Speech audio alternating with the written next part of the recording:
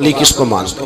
اللہ تبارک و تعالیٰ نے 4 کتابیں نازل فرمائی، اللہ دے دیتا حضرت جبریل سب کی چھتوں پہ، اللہ کے فرشتے بارش برساتے ہیں نا، کتابیں بھی برس سکتی تھی نا، چھتوں پہ گرا دیتا کہ لو پڑھو، لیکن اللہ نے کتابیں 4 بھیجی، نبی 1 لاکھ کم و بیش 24,000 عطا فرمایا۔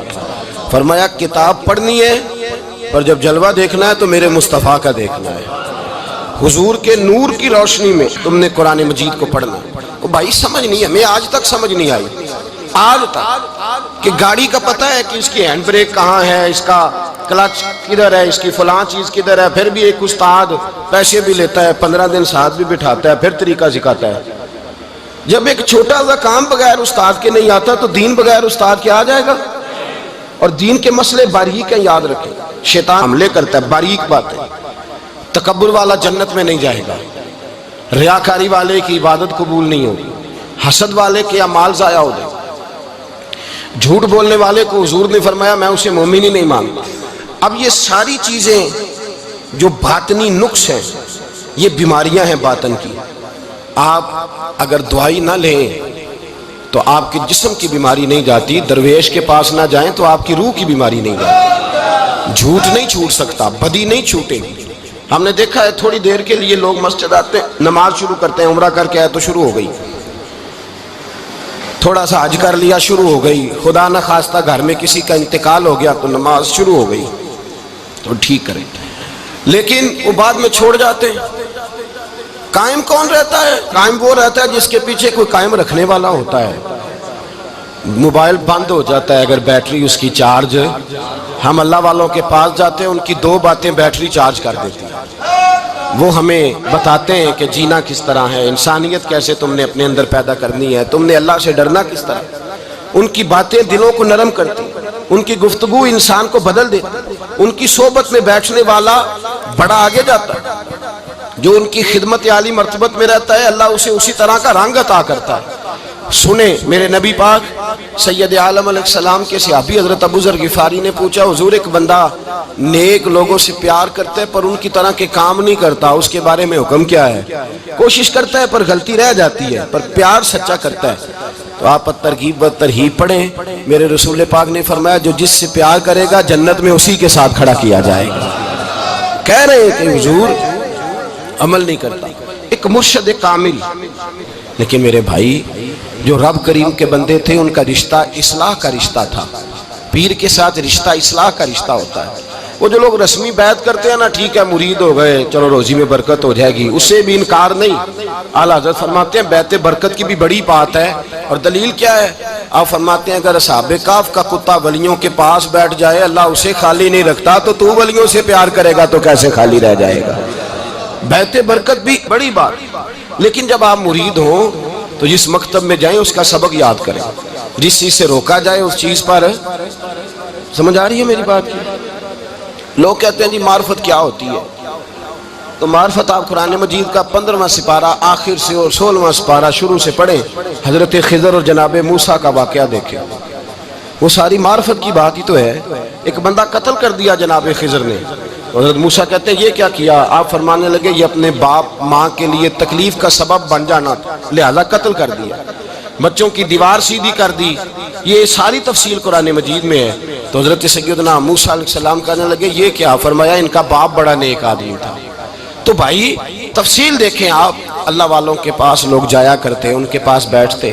ہمارے دور کے اندر ایک بڑا غلط کام کرتے ہیں لوگ، ایک تو جاتے نہیں، پیر نہیں پکڑتے، شیخ نہیں پکڑتے، اور حضرت باجید بستامی فرماتے ہیں اگر نیکی بتانے والا تجھے کوئی نہ ہو، تیرا پیر کوئی نہ ہو، تو شیطان تو پھر ہے ہی تیرے ساتھ، بدی پہ تو وہ لگائے گا ہی۔ اگر نیکی بتانے والا کوئی نہیں تو پھر بدی بتانے والا تو تیرے ساتھ ہے۔ ہم نے یہ دیکھا ہے، اپنی زندگی کا چھوٹا سا تجربہ ہے کہ جو آ کے مرید ہوتا ہے وہ سارا بدل جاتا ہے، اس کے لیے داڑھی رکھنا آسان ہو جاتا ہے، اس کے لیے درود پاک پڑھنا، چڑھتی جوانی مال دولت سارا کچھ، لیکن اس کے لیے تبدیل ہونا۔ اور جو لوگ اس طرف توجہ نہیں کرتے، اس معرفت کی طرف رجوع نہیں کرتے، ان کی زندگیاں بیت جاتی ہے ویسے کہ ویسے رہتے ہیں، تبدیلی نہیں آتی۔ تو بھائی اس زمانے کا جرم پتہ کیا ہے؟ ایک تو لوگ اللہ والوں کے پاس جاتے نہیں، یہ بڑی زیادتی اپنے ساتھ کرتے، اور دوسرا دشمنی کرنے لگے ہیں معاذ اللہ، دشمنی کرتے کہتے جی وہ صوفیاء نے تباہی کر دی معاذ اللہ، بابوں نے تو دین بگاڑ دیا، یہ دشمنی کرتے ہیں۔ ابن ماجہ سیاستہ کی کتاب ہے۔ حضرت عمر کہتے ہیں میں حضور کے روضے پہ گیا تو جناب معاذ بن جبل حضور کے روضے پہ بیٹھے رو رہے تھے، تو میں نے کہا معاذ کیوں رو رہے ہو؟ کہنے لگے نبی پاک کی ایک بات نے رلا دیا۔ میں نے کہا کیا ہوا؟ تو کہنے لگے رسول پاک نے فرمایا ہے دو باتیں اتنی سخت کر دی ہیں کہ میں ڈر رہا ہوں کہیں مجھ سے یہ غلطی ہو نہ جائے۔ کہا وہ کیا؟ فرمایا کہ نبی پاک نے فرمایا چھوٹی سی ریاکاری بھی شرک ہے، چھوٹا سا دکھاوا بھی، اگرچہ شرک اصغر ہے پر چھوٹی سی ریاکاری بھی شرک ہے۔ اور دوسرا حضور نے فرمایا رب فرماتا ہے جس نے میرے ولی سے دشمنی کی میرا اس کے خلاف اعلان جنگ ہے، میرا اس کے خلاف اعلان۔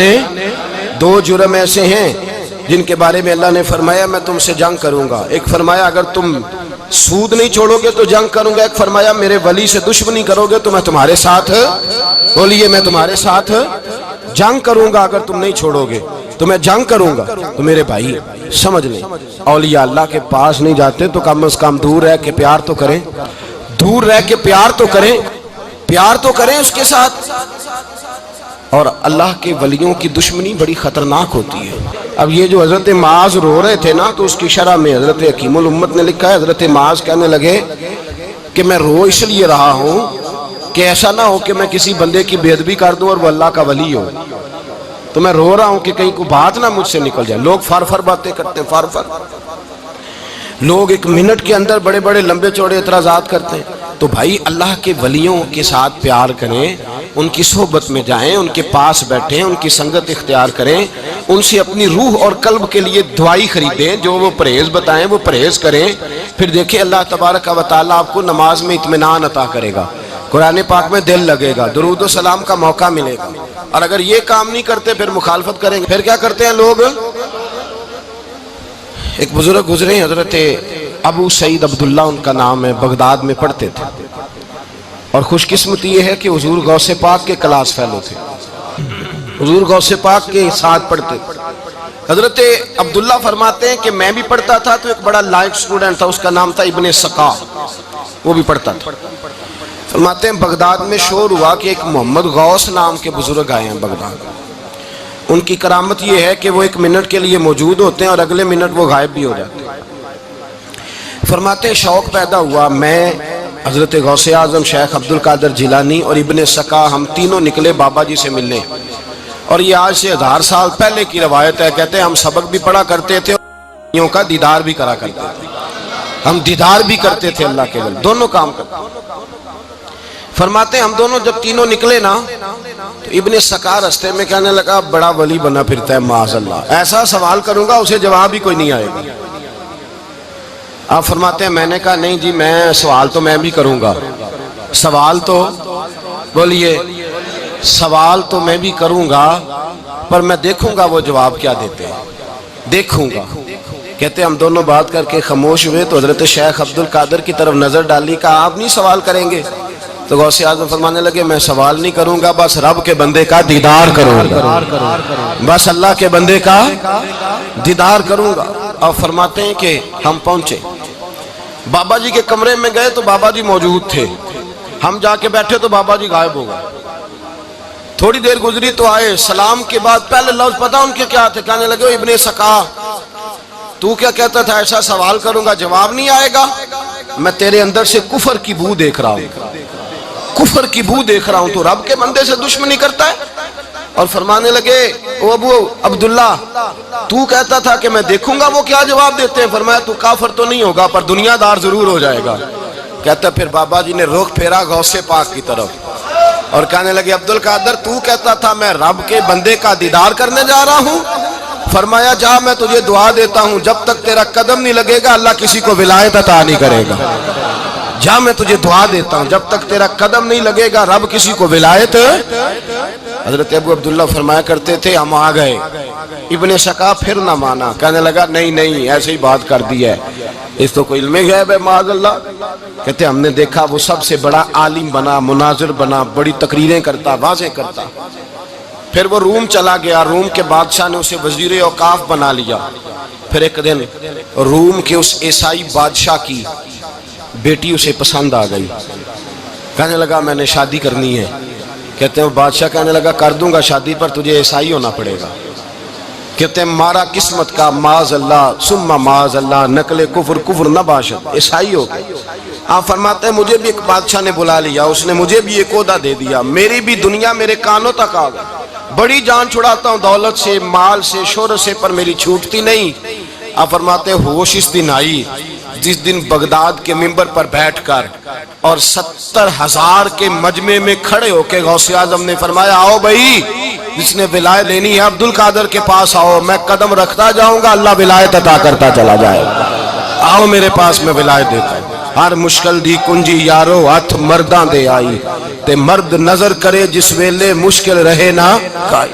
لوگ دشمنی کرتے ہیں، اللہ والوں سے اللہ ملتا ہے، اللہ کے بندوں سے معرفت کا حسن ملتا ہے، اللہ کے بندے بیعت اپنی کرتے ہیں، جھکاتے اللہ کی بارگاہ۔ اللہ تبارک و تعالیٰ کے بندوں کے پاس بیٹھنے سے رسول اللہ کا پیار ملتا ہے، اللہ کے بندوں کی صحبت حضور کے دروازے تک لے جاتی ہے، رب کریم کے بندوں کی صحبت عاجزی سکھاتی ہے، اللہ کے بندوں کے پاس بیٹھنے والے اللہ اللہ کرنے لگتے ہیں، رب کریم کے بندوں کے پاس بیٹھنے والوں کو سجدے کا نور حاصل ہوتا ہے۔